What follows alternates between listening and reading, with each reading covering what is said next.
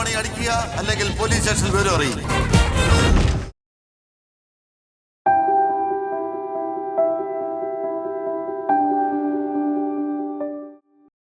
Hello guys, আজ কথা বলবো এক নতুন ধরনের সুপারহিরোর গল্প নিয়ে।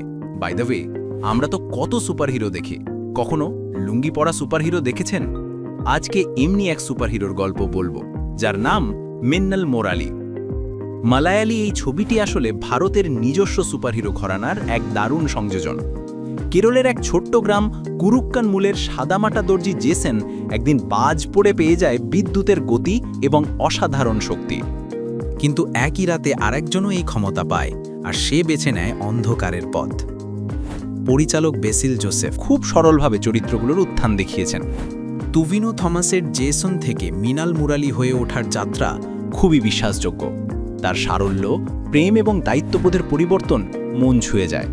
তবে ছবির আসল চমক হল ভিলেন শিবুর চরিত্রে গুরুসোমা সুন্দরমের অভিনয়। একজন হতাশাগ্রস্ত, সমাজে ব্রাত্য মানুষ কিভাবে তার নতুন ক্ষমতাকে ক্ষোভের প্রকাশিসয় ব্যবহার করে, সেটা গুরুসোমা সুন্দরম অসাধারণভাবে ফুটিয়ে তুলেছেন। তার ট্র্যাজিক ব্যাকগ্রাউন্ড ভিলেনকেও সহানুভূতিশীল করে তোলে। মিন্নাল মোরালির সবচেয়ে শক্তিশালী দিক হল এর চমৎকার হিউম্যান টাচ। সুপারহিরো ছবি হওয়া সত্ত্বেও এতে গ্রামীণ পরিবেশ, সম্পর্ক এবং মজাদার কমেডি নিখুঁতভাবে মেশানো হয়েছে।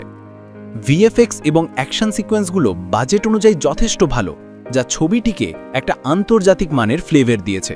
সুশীন শ্যামের ব্যাকগ্রাউন্ড স্কোর আর গানগুলো গল্পের মেজাজ ধরে রাখতে সাহায্য করেছে। সব মিলিয়ে মিন্নাল মুরালি একটা দুর্দান্ত ফ্যামিলি এন্টারটেইনার। এটা সেজ একটা সুপারহিরো ছবি নয়, বরং ভালো আর মন্দের দ্বন্দ্বের এক আবেগঘন আখ্যান। ছবিটি হয়তো কিছুটা দীর্ঘ, কিন্তু শেষ পর্যন্ত আপনি উপভোগ করবেন। মালায়ালাম সিনেমা আবারও প্রমাণ করল, ভালো গল্প বলার জন্য অনেক বড় বাজেটের দরকার হয় না। নেটফ্লিক্সে ছবিটি অবশ্যই দেখে ফেলুন। আপনার কেমন লাগলো তা আমাদের কমেন্ট বক্সে জানান। আবার দেখা হবে।